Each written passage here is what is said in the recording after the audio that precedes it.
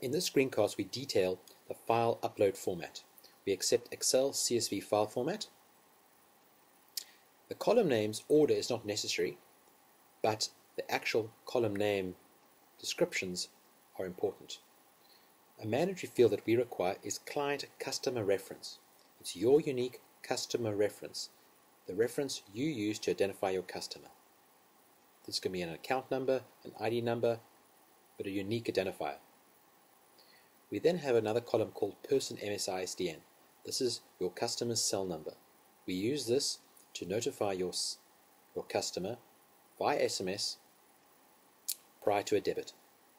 We can also notify your customer via their email address. The column name is Person Email Notify. SMSs are charged at 59 cents, where email will be free. Another mandatory field that we require is the person's identity number. This is your customer's ID number, and we require this for customer bank account validation. The next series of columns names that we require are bank related.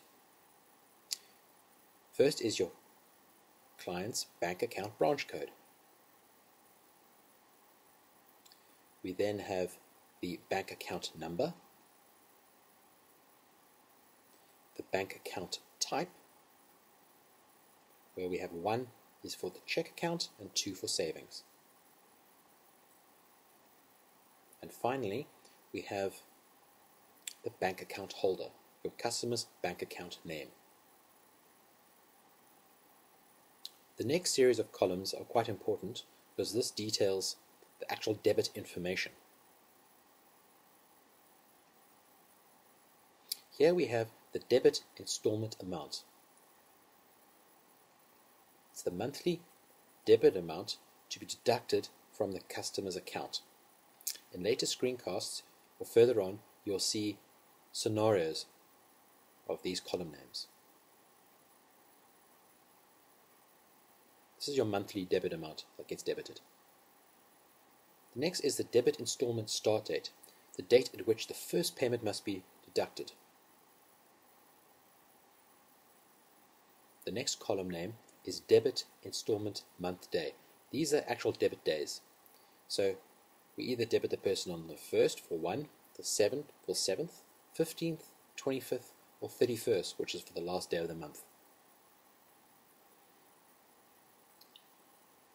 If there's just a once-off debit, we can set off a debit once-off date, a date for a once-off debit. You can leave this blank and the debit will be run immediately. The debit once-off amount is a once-off amount to be deducted from your customer's account. There's no recurring value here. It just gets deducted once. The other fields that we don't require are not mandatory, but you might find useful, is the client transaction reference. You may have an accounting package which identifies each transaction. We can take this information and pass it back to you in your final reconcile statement. It's more important for our debit API, which will be available October. We can also include the person's first name and last name. And the final column is product name. Here we can include a product name which relates to the actual product that you set up in your dashboard.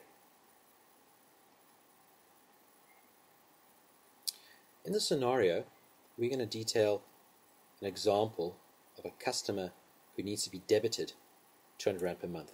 These are the compulsory column names required for that process to happen.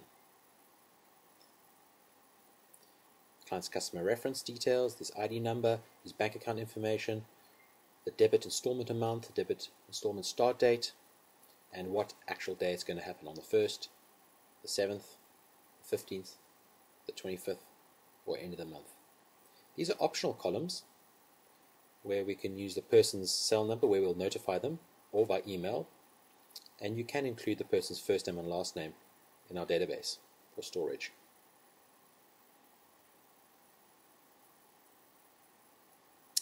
In scenario 2,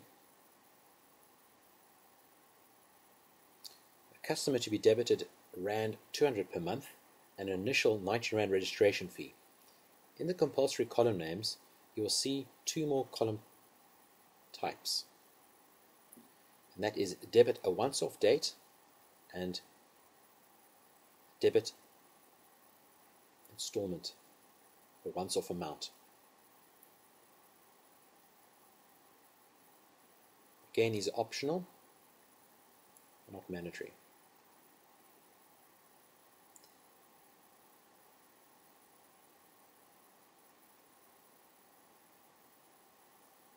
And an example of the actual data that you would send to us, if the person was to be debited 200 Rand per month, the debit installment amount column would have the value of 200.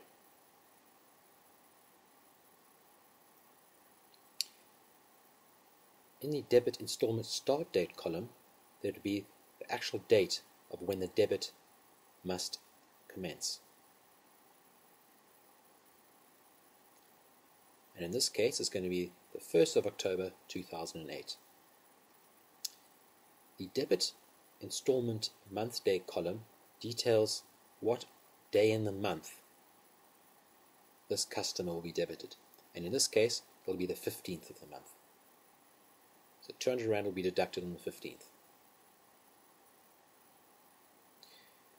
If there was a registration fee, the debit once-off date column will indicate when this once-off fee must be deducted.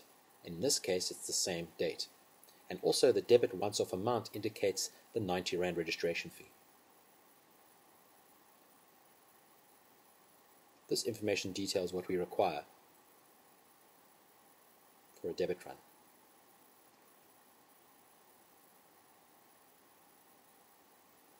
Thank you for taking the time to view this screencast.